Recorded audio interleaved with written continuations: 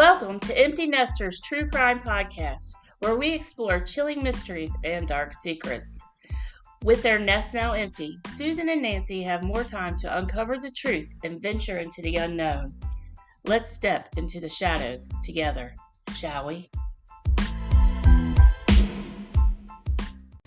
Welcome to Empty Nesters in True Crime. I'm Nancy, and I'm here with Susan. Hey, Nancy. And Susan has a guest for us today. Do you want to introduce your guest, Susan? I will. My daughter, Sydney, is here, and we are celebrating something big. Want to tell us what that is, Sydney? Hello, I'm Sydney. And yes, I just found out that I passed my nursing board, so I am officially a RN. Hello, I'm Sydney, and I'll be your nurse today. That's so exciting. And not only that, Sydney is active duty Air Force. She went in as an enlisted, and now she is going to go to officer school. Yep. Officer Sydney. We're so excited. We couldn't be more proud of you, Sydney. Yes, congratulations. Thank you both. I do want to say something. Nancy. Yes. So you and the local radio station have this relationship? Well, would you like to explain that to us? So yes, I called in about a story that they were airing because I brought a true crime incident to it. And what I didn't expect was the response was telling me that my voice sounds like I should do Disney Characters. Yes. Disney voiceovers. Yes. They told me my voice sounds like I should do Disney voiceovers. So now I'm curious, what Disney character do they think I sound like? I don't know. It could be anywhere from Cinderella to, like, the little mice off of Cinderella. Well, who knows? If any of our listeners want to leave me a comment on who you think I sound like, let's hope it's a princess, though, right? I've been taking a poll with people that know you, which most people I know you, and they're telling me more princess. Yay! All right. So should we get started? Absolutely. Okay. So I'm sorry. I gotta laugh. My husband said, you need to play a drinking game. Every time Susan says, absolutely, you take a drink. Ah, that's your thing. Okay, mine is, I know there's a word I say too, but I'm not thinking of it right now. But it's time for you to absolutely begin. All right. Okay, so Susan, not only do I love true crime, but I also love scary movies. Or should I say I have a love-hate relationship with scary movies. Sometimes when you're watching them, they can seem so real, and the thought of them actually happening is horrifying. Paul and I like to watch a scary movie every night leading up to Halloween. This year, my favorite one was The Stranger with Liv Tyler. Have you seen that one? Do you know that one? I have not, because my husband's petrified of scary movies. So about 15 years ago, I stopped watching scary movies. Sydney, how about you? Have you seen it? I am also petrified of scary movies. That's a good one, but I'll tell you what, I didn't go downstairs by myself the rest of the night. That one still shakes me. It could be very realistic, but I would check that out if you like horror movies. Okay, so now, what if I told you, Susan, that you were about to star in somebody's scary movie and you didn't know it? Well, unfortunately, that is what is about to happen. This story takes place in Pocatello, Idaho. Pocatello is small as far as cities go and very conservative. More than half of the population are members of the Church of Jesus Christ Latter-day Saints. Sounds like a corn dog town. Yes, it's a very small town. So, today we begin our journey into the heart-wrenching story of Cassie Jo Stoddart, a young girl whose life was brutally cut short in a senseless act of violence that shocked the nation. Little did Cassie know somebody had some sinister plans for her. Cassie was born December 21st, 1989 in Pocatello, Idaho. She was known to her family and friends as a kind, responsible, and artistic. Cassie was a junior at Pocatello High School. She was very responsible, took school seriously, and got good grades. She also loved music and art. She was described by family and friends as funny with a great sense of humor. On September 22nd, 2016, 16-year-old Cassie was going to house sit for her aunt and uncle for a couple of nights to watch over their pets as they went on a weekend getaway. Cassie had been excited to house sit for them as she loved spending time at their beautiful split-level home that sat on 2 acres at their Whispering Cliffs residence and was going to make a little extra cash doing so. Cassie's mom, Anna, dropped Cassie and her boyfriend, Matt Beckham, off at about 5:30 p.m. on Friday at the house. Anna said she was a trustful mother and trusted her kids. The kids planned to watch a movie and have some snacks. Typical teenage night. Their friends Brian Draper and Tori Adamczyk, also 16, stopped over to hang out. They decided to watch a Quentin Tarantino movie, Kill Bill Volume 2. While there, Cassie showed them around the house. The 2 friends just stayed till about 9:30 p.m. and then said they were going to go to catch a movie at a local movie theater in town. Around 10 p.m., the electricity went out, which scared both her and Matt. But then it turned back on. They then noticed one of the family dogs kept staring towards the basement stairs, barking and growling. This definitely frightened them. Dogs know. Think about it. That's how I always know if someone's in the house. If I'm spooked and my dog's just laying there, I'm good.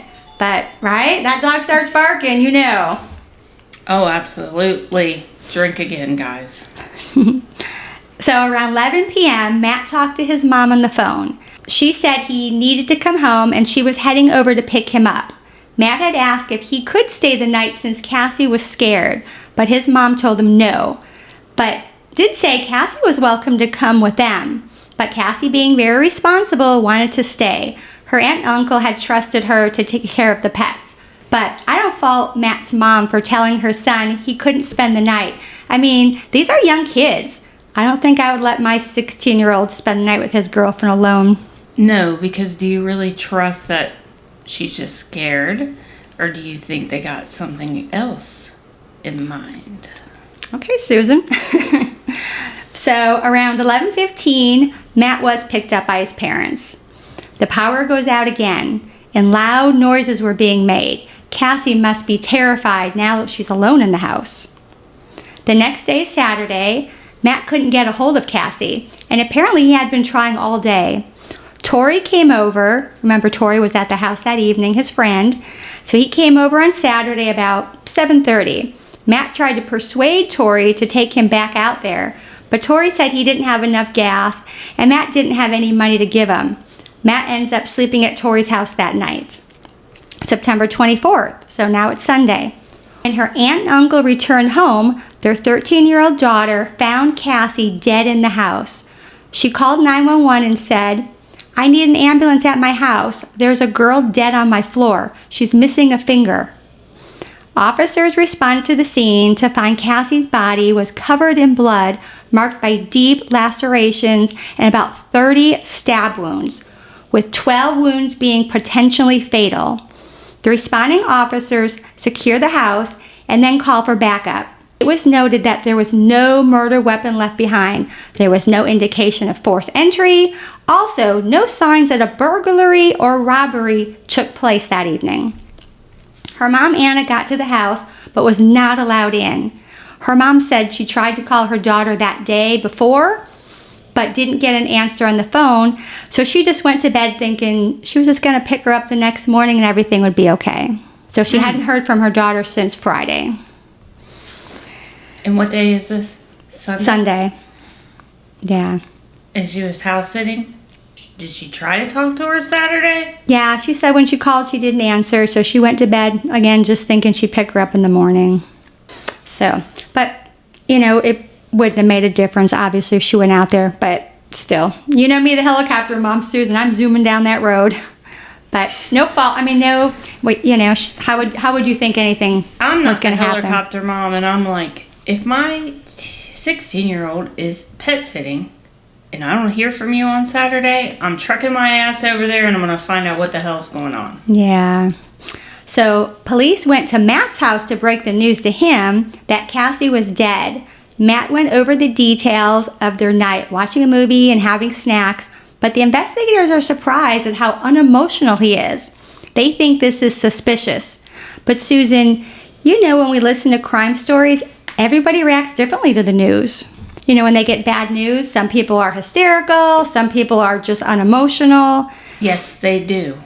Mm-hmm. I'm trying not to use my word.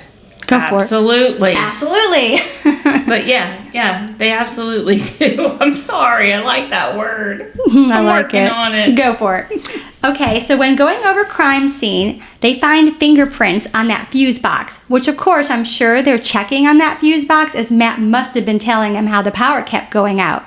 The fingerprints end up belonging to Cassie's mother's boyfriend, whose name is Victor. Victor said he had done work at the house, so that explains why his fingerprints would be on the fuse box. He did have an alibi for that night. He was at the neighbors playing video games and went back home. All of this confirmed. I'm confused. Matt is not the boyfriend. No, Matt Beckham's the boyfriend. Matt's the boyfriend. Who's the other guy? Tori. So the friends Tori and Brian were over that night. That's right. Yeah. Okay, I got it. Yeah. Thank you for clarifying that, Susan. The police decide to bring Matt in for a polygraph test and question him more since he was the last person to see Cassie alive. He passed the polygraph test with flying colors, but when talking to the police, Matt just kind of briefly mentions that the two of their friends had stopped over that night. Red flags went up to the police, as this was the first time they heard about this. So of course, police are going to put them on the list to talk to as well. Both Brian and Tori confirmed that yes, they did stop over to the house to hang out for a bit. Tori said they thought they were going to be a party there, and when they realized there wasn't, they decided to take off and go see a movie in town. However, neither one could tell details about the movie they saw. To verify this information, police go to the theater in town and talk to a person working there that night who happened to know both Brian and Tori from school. They said they did not see them there that night. Police know they need to talk to the boys again. Police start with Brian. They bring him back in and tell him they do not believe him that they went to the movies. Brian decides to change his story. He tells police that no, they were not at the movies. They were actually out burglarizing cars. Said he initially lied because they didn't want to get into trouble, but does say he had nothing to do with the murder of Cassie. They schedule him for a polygraph test. When waiting in the room to have this done, Brian gets very upset and breaks down. And Brian now tells the story that sounds straight out of a horror movie. What movie, you might ask, Susan? Scream. So this is a good time to talk about those drinks you ladies are sipping on over there. Our drink for this episode is called Scream. It's actually supposed to taste like snickerdoodle cookie. Sydney, are you getting that flavor? Yeah, I am. Check out our social media, not only for the drink recipe, but to see the drink because it actually has a Scream face on it. They're really good. Yeah, you do a cutout and then you sprinkle the powdered sugar and cinnamon on top of the foam and it looks like Scream. So please check that out and let us know what you think. So much better than eggnog. This could be a good holiday drink, right? Now, Brian details how the boys snuck back into the house through an unlocked door in the basement. He said they were just planning on scaring Cassie like a prank. He claimed Tori attacked Cassie and stabbed her. He swore he did not touch her. Police now bring Tori back in, but he sticks to the story that they were going through cars that night. Though the police tell him they do not believe him, they aren't able to extract any further information from him. Tori remained tight-lipped. He is not speaking. Even though they know he's lying, he's sticking to his story. So they go back to Brian, who tells them more. He now tells them where the murder weapons and other items were buried that night. He takes them out to Black Rock Canyon area, a very rural area. Susan, this got me thinking about what you said on your last podcast, that sometimes the first one to speak can be given a lenience in their sentence. I'm wondering if this is what Brian was thinking. He should be thinking that. And I'm going to ask Sydney, do you see why I didn't let you pets it? And I'm not even the helicopter mom of this group. Fortunately, what they find will change everything. Buried out there, they find, and I'm going to read through the list, it's a lot, 2 dagger-style knives, a silver and black handled knife with a smooth and non-serrated blade, a folding knife with a silver blade and black handle, which is similar to a survival knife, box of strike matches, a melted brown bottle of hydrogen peroxide, partially burned notebook paper, a partially melted multicolor mask, a red and white mask, a pair of black boots, a single black glove, a pair of black Puma gloves, a pair of blue latex gloves, a pair of fingerless athletic gloves, a black Calvin dress shirt, a black Hager shirt, but also, Susan, they find a partially burned Sony videotape. And you want to tell me they just went to scare her? With a lot of knives, masks, and, well, That's premeditated murder. Oh, it gets better. Miraculously, after sending out that tape, it was able to be fixed. The police were shocked to see what's on the tape. You ready, Susan? No. But okay, first, let's talk a little bit about Brian and Tori. So Brian grew up with a stutter and says he did not fit in. By middle school, he said he felt like he was a loser and he didn't matter. He started chatting online with people who were obsessed with the Columbine High School shooting. He met Tori in high school and said Tori got him into horror movies. Horror movies became an obsession for the boys, Scream being one of their favorite. The boys created a death list. Cassie Jo Stoddart was at the top. So watching that videotape, it plays out as though they're creating their own horror movie. September 21st. So this is the day before Cassie went to house sit. On the videotape is them driving around taping themselves talking about their plans to kill their friends Cassie and Matt. Tori says, there should be no law against killing people. I know it's the wrong thing, but hell, you restrict someone from it, they're gonna want it more. Brian says, we found our victim. Sad as it may be, she is our friend. But you know what? We all have to make sacrifices. Brian says, we're sick psychopaths who have the pleasure of killing other people. We are going down in history. We are going to be just like Scream. They started comparing themselves to other killers. Brian says, murder is power. Murder is freedom. Goodbye. September 22nd, 8:28 a.m. So this is the day of the murder. Brian videotapes Cassie at her locker in school that morning. She smiles and is aware he is taping her and says hi to the camera. You can tell on the camera that they're friends. 12:11 p.m.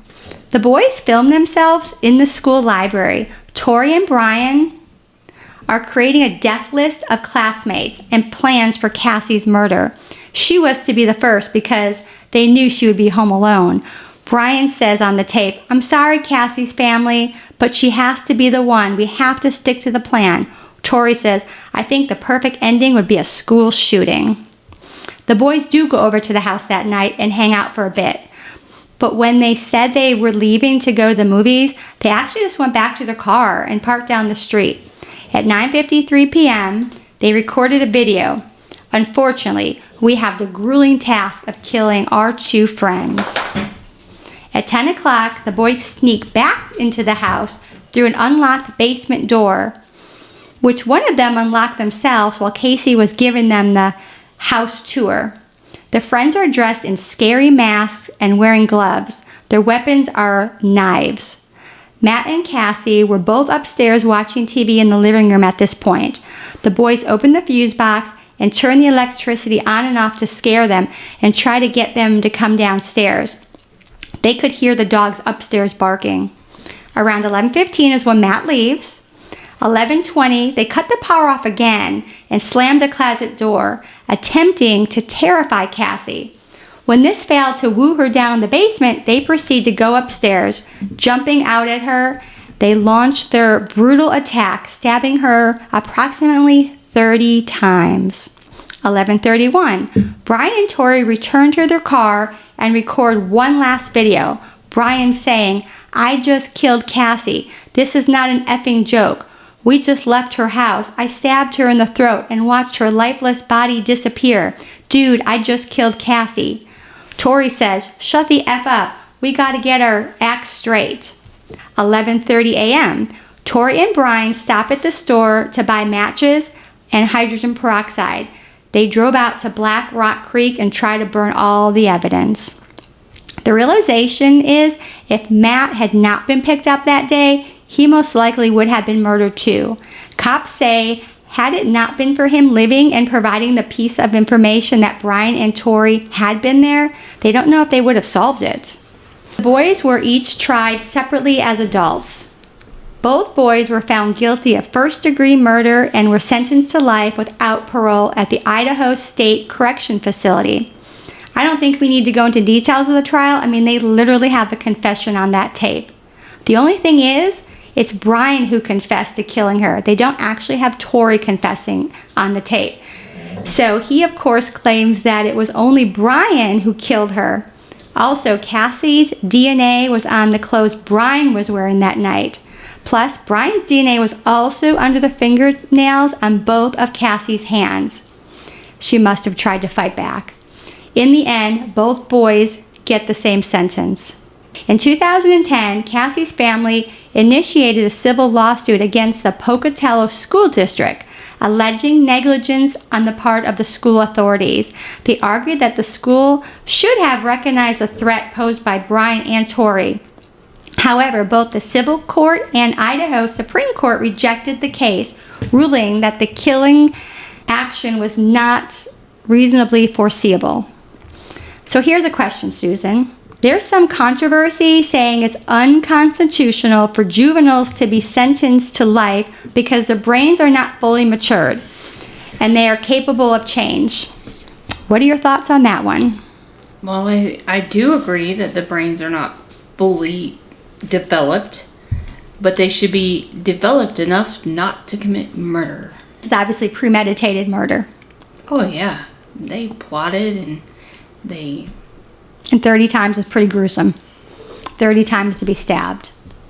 And this is stab somebody. That's just, I mean, do you even like to cut your finger? Like when you're cutting like lemons or onions and you slice your finger. Is that enjoyable?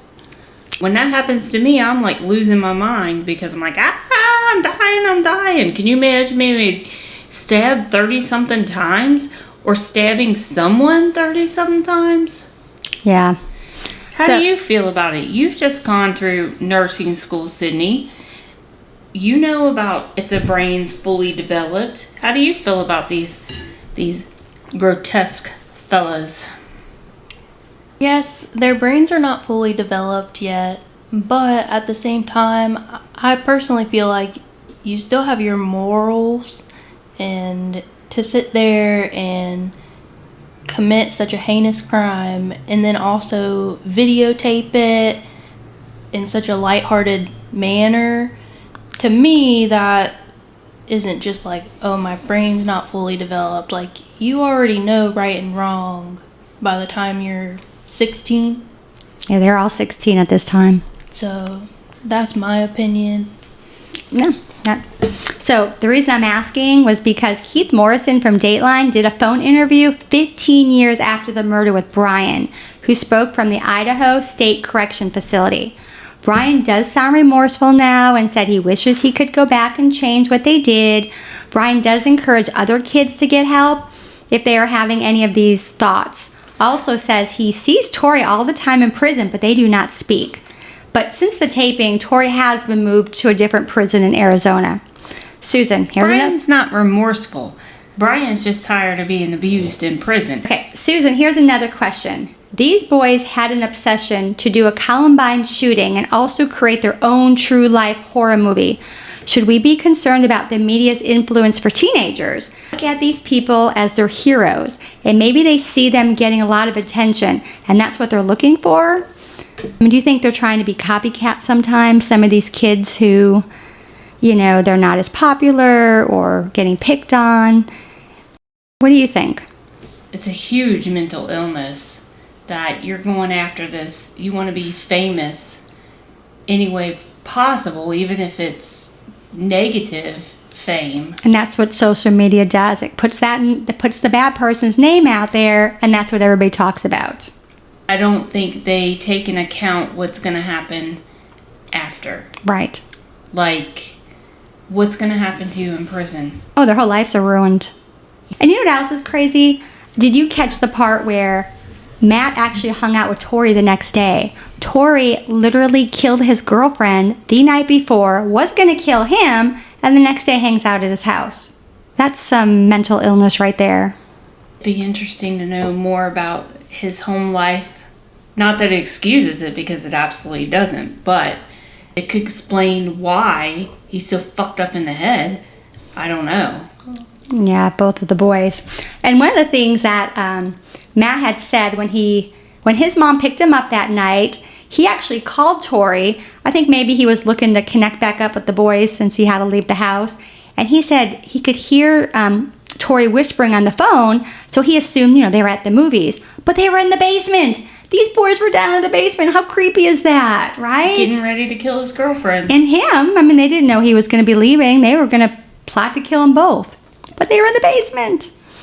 And I'm just going to say, in my opinion, if you go and stab your friend 30 times for the shits and giggles of it to make your little movie, in my opinion, you're fucked up in the head. Yeah, it was all... Can you imagine if they didn't get that videotape? No one would really know their true intentions. And they were not going to stop at this. They had a whole list. They were going to do a school shooting. It's scary. It's sad. It's very scary. Mm-hmm. Absolutely. But okay, so really quick, because this could be a whole nother podcast, but when researching this case, I definitely got sidetracked when I saw a Idaho News 6 story from, I believe, 2014 about the high school these kids all went to, that Pocatello High. It claims it's in the top 10 haunted schools in America. They say lights are known to flash on and off suddenly. A security footage, which I watched this tape, it was really creepy. You can see a translucent figure walking through the halls, then entering and exiting the bathroom. There are many other stories too. Obviously, we don't have time to go on them all, but the kids report sitting in class while the doors open and close by themselves. They say back in 1940 or 1950, there was a suicide pact amongst a bunch of girls, but only one in the pack did go through with it. Supposedly, she hung herself from a locker door in the school. Some believe the spirit haunting the halls is a boy who drowned in the school swimming pool, which the pool is no longer there. Yet others believe it's a spirit of a librarian who supposedly hung herself from a chandelier. I guess you could say they're all urban legends. I don't believe any of them are confirmed, but still very spooky that this is the high school that they went to. Have you ever seen a ghost, Nancy? On this videotape I did, but... No, for reals. I have not, but I love a spooky... I would go there just to see if I could, but I can't say I have. Have you? A spirit ghost?